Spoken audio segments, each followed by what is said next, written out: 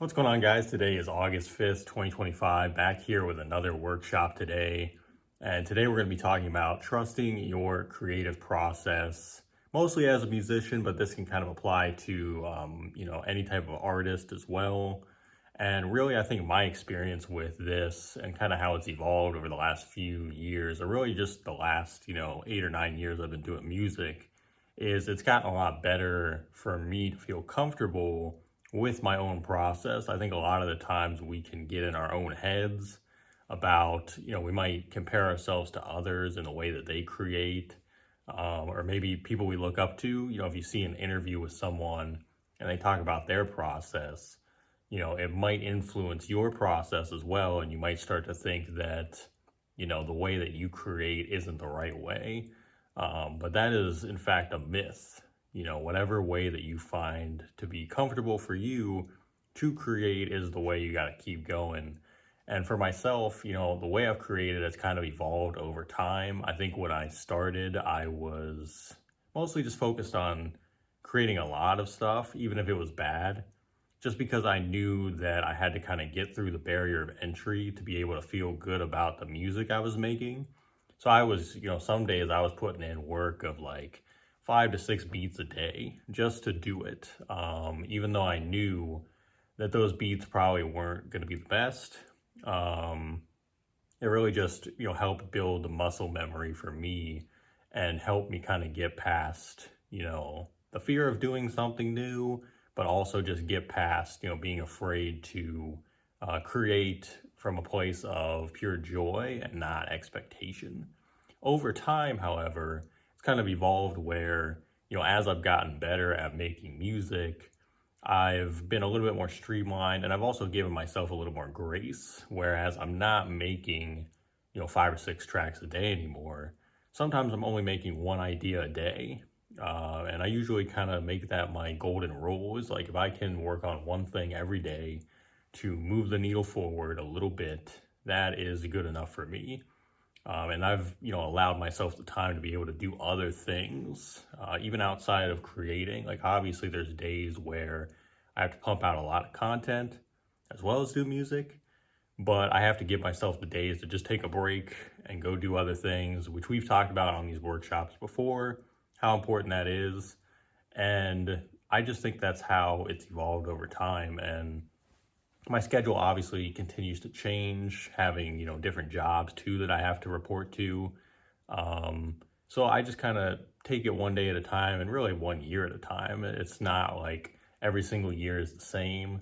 But where I'm at now, I think that's, a good place to be where I'm not putting so much pressure on myself anymore because I do kind of know what I'm doing at this point. Obviously, I'm still trying to get better, still trying to improve the quality of my music. But as far as my creation process, that's where I'm at. And that's kind of how it's evolved. I went from putting a lot of pressure on myself and kind of feeling like I had to crank out content all the time to now I'm just kind of doing what I want to do and just kind of focusing from there and, trusting myself and trusting that process. And that's what we're going to be talking about today. A couple articles that I'll leave you guys in the description. One is by Reverb Nation. That's very concise and very short. And this other one that we're going to be going over here is it's from the website Coaching Creative Wellness. And the author of this article is not listed, so I don't know who wrote this, but I can tell the way it's written. It's very specific to a certain person.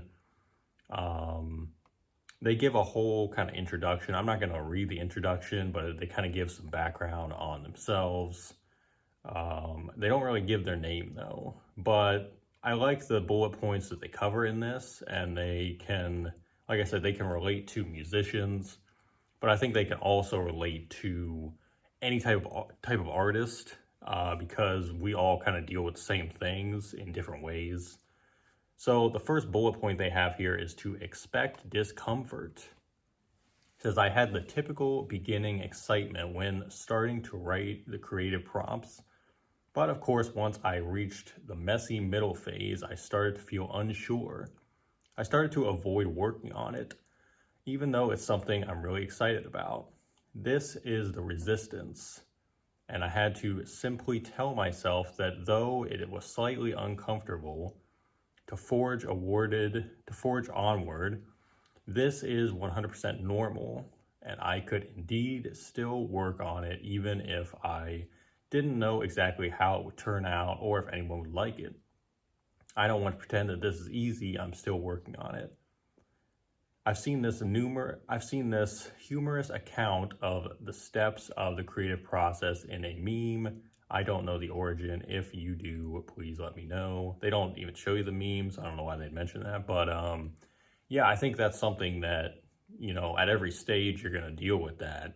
Even if you're not a beginner, creating a body of work, let's say like if you're working on an album, that's quite the process. And along the way, like it's probably going to take you minimum of like a month usually for a project, even if it's just yourself involved, and along the way you're gonna have some doubts for sure. I've had projects where I'm working and I feel really good, like 10 days in a row I'll be reviewing songs and I'm like, I feel good about this, and then that 11th day comes and I hear something and I'm just like, yep, it's not hitting the same. Back to the drawing board. Like, got to get rid of this track, got to replace it with something else.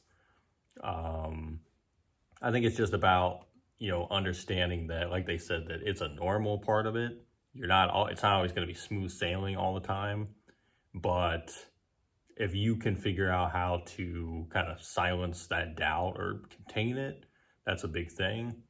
And they give these steps here of, what you would tell yourself. It says, this is amazing. This is tricky. This is terrible. I am terrible. This might be okay. This is awesome, which are probably all things you're going to experience during the process at some point. I think that most of us totally relate to this. It does take a lot of trust and faith to see yourself through, especially 2 through 4. And it says especially 4, which is I am terrible. One of the main things that's kept me from starting creative projects is thinking that I don't know how to do it, which includes fear because I want to do it right. Recovering perfectionist here. And that's always true. We never really know how to do each project until we're doing it. So if you can take the leap to start something and commit to figuring it out, you can finish it. We always talk about that, here a lot, about just taking a leap of faith. Like, how important is that? And the fact that you got to keep doing it over and over again. But, I've said this in the past. I think the more you do it, the easier it gets. Like, it becomes a lot less hard if you're used to doing it over and over and over again. Releasing expectations. Another thing that has helped me finish project is letting go of my pre-existing expectations of greatness. Most of the time I have really high expectations, and sometimes they're even pretty specific. This can be helpful in terms of goal setting and getting this project done, but it can also hold me back from looking at things in a new way, which is critical to the process. Trusting the process seems scary at first, since it has an element of surrender, especially for those of us who are kind of control freaks. But once you get used to it, it actually becomes comforting because it releases some of the responsibility that was previously all on you. The first time I performed at the New Ruckus Composer Night, so they must be a composer because they talk about that in the intro as well. Someone commented to me, "You obviously have a lot of trust in the process." I was surprised because I didn't realize how much I actually was trusting in the creative process, but also surprised at how relieved I felt that he was right. So again, it's kind of just being able to accept the fact that you're in this new thing and it might be messy, along the way, like during the process, but you can do it. Like, you got to keep telling yourself that, you have what it takes to make it happen. And then, like that person said, if you're putting it out there for feedback and somehow you get that good feedback, even in the early stages, like even if it's like your friend, I think, you show them, maybe try to show someone without a biased perspective. That would be helpful. But if it's like your friend or family member, whatever, just show them, like, get some early feedback from them. Just tell them to be honest with you too. Um, and if they tell you it's not very good, then yeah, maybe assess it a little bit more, but don't like kill yourself over it. Don't beat yourself up over it. Um, because that is just part of it. And again, everything is subjective. The biggest thing is to listen to yourself in those moments. Showing up. By showing up every day, you're telling the universe, creative forces, whatever it is, that you're committed and that you trust that ideas will come to you. We all have days where we feel stuck, but most days when I show up at the piano, something good happens. Those other days are still valuable. Even an idea that seems bad at first can often be sculpted into something useful. But if not, oh well, you're reinforcing your creative habit. Then on a really good day, you might get into a flow state where you have no idea what time it is or if you miss lunch. If you don't keep up the daily habit, you might miss out. This is something I've always tried to stick with, and something I've been experiencing in the last few weeks. I actually just started a project that I'm not going to give details, but I started a project that I've kind of been putting off for a while. Something that is kind of related to this, where I told myself, it's going to be a lot of work. I just don't know if I can get everybody on board for it. I don't really know. I should just stick to what I'm doing. But I've kind of talked myself into it again, and I'm like, just do it. Like what is the harm from trying this out, seeing how it goes? And if it's not the best process, never have to do it again. But let's just give it a go. And that's what I'm doing right now. Like I'm really deep into it, creating a lot of stuff for it, and starting to reach out to people about it as well. And it's exciting. I'm kind of looking forward to seeing where it goes. But I know it's going to be a lot of work, so I just got to keep kind of telling myself to do it, because I've tried in the past and I didn't commit to the idea. I think committing to the ideas we have is the biggest thing, and you do have to show up every single day with that mindset of, I'm going to get this done eventually, even if it takes months, like I'm going to get it done. They leave a quote here from Chuck Close. It says, "Inspiration is for amateurs. The rest of us just show up and get to work." That could be on a t-shirt. Next up, giving your creativity a personality. This one might sound a little weird, but it's way easier to trust a person than an I cannot read that word. Amorphous. I think it's amorphous. If you're reading this article, I just don't know what I'm talking about. Concept. So give your creativity a name. I'm not sure what form I view my creativity as being, but I have been taken to talking about it like as a separate entity, because it kind of is. New ideas don't usually come from my logical brain. They pop up sometimes seemingly out of nowhere. Oftentimes, when I'm sitting at the piano composing, I stop and play back what I've written in my head to see if what I hear / what my ears tell me to write next. And it might be weird, but usually I think, okay, ears, I don't know where you're taking me, but I'm on board. Lead me to the next spot. I don't think that my creativity just comes from my ears. It's a bit more mystical than that. But I like thinking of it as a certain possibility or certain personality. I think we can all kind of relate to that too, where we might not always be able to kind of describe our own process or even figure out like what is leading us to the next thing. I always looked at it as, with music, you kind of got to let the music guide you. I think we try to guide it ourselves so much, and then we kind of get lost in our own ego and ambition. But I think if you're letting the music kind of take you where it's supposed to, things kind of fall into place more effortlessly. The songs that I've tried to make where I'm like trying to do very specific things, they don't usually turn out that great. I think it's the songs that I just start with something simple and then one thing kind of leads to the next. Even if it takes 20 minutes, it doesn't matter. Like it could turn out much better than the track I spent 2 hours on.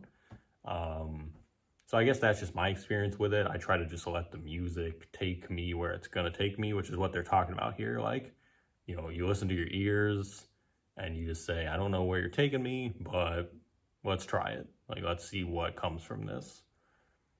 Creativity begets creativity, or begets creativity.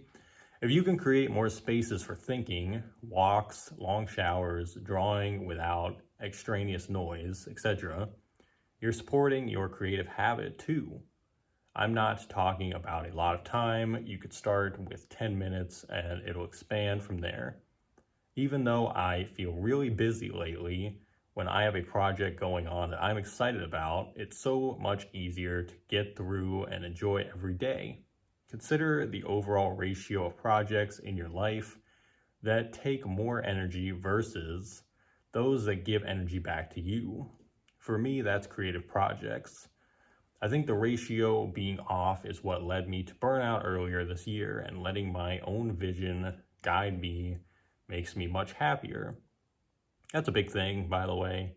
I completely agree with that. I think that I always say that you should always, no matter what, even if you're working 2 jobs, 3 jobs to keep the bills paid, keep the lights on, try to make time for something for you. Because at the end of the day, we're not living life for anyone else. Like, you got to live your life for yourself. So make time, even a little bit of time every day, to do something that you love to do. And if you're trying to work toward a space where you can do what you love more often, then that's cool too. But like, start small and watch it get bigger, which is exactly what they're talking about here. Just like, do your best to make that time. And if you really love something, I think you'll find ways to make the time as well. Also, the more creative projects I do, the more different kinds of creative projects I want to do, and the more it spills over into other aspects of my life. For instance, in the last month, I've gotten really into drawing, just out of personal interest and the desire for a screenless activity to do later in the evenings. And I find that while I'm drawing, ideas come to me easily because my brain is not so distracted and I can wander around more. Universe, I'm getting your message. I need to do more of this. Yeah, putting technology away, kind of stepping out. Like I've said before, for me, that's just going on walks as long as the weather's good. I feel like that clears my mind a lot. And I get a lot of thinking done during that time, for sure. That definitely helps me out. You can do it too. Pep talk time. If starting a creative habit or trusting the creative process seems scary or unattainable to you, that's 100% normal, but you can still move forward with those projects you've been putting off. For some actionable tips on keeping the creative, and yeah, that's just a link to the post. There's another post they leave a link to. You're in great company. This struggle to birth creative work has been undertaken by so many great artists over thousands of years. Committing to regularly engaging in the creative process is difficult, but ultimately rewarding. That's what keeps me coming back for more. And that is the full article right there. Very good one. Very good one. It's from, like I said, it's from Coaching Creative Wellness. It's a blog. And that one is called How to Trust in the Creative Process. And like I said, the other one that you can watch in the description is called How to Trust Your Own Creative Intuition. And that's by Reverb Nation, by their blog. That's a much shorter article though, but still some pretty helpful things in there. But that's pretty much it. I thought this was a very cool topic to touch on because it's one of those things that we all, struggle with from time to time as we're continuing to elevate in our careers, or especially if we're just starting out, something that you need to be reminded of. So that's all I have for you guys today. Next week on the 12th, August 12th, we're going to be talking about finding your true supporters. Probably going to be talking a little bit about the difference between fans and, casual listeners, things like that. I'm going to have to research a bit and see what I can find. But it's probably going to be aimed toward that because that's kind of what I had in mind for it. But I might find some other cool things to touch on as well. So another one I'm excited about, and I hope you guys are having a great week so far, and have a great rest of the week as well. And as I always, stay safe, stay positive. We'll see you next time, guys. Thank you very much.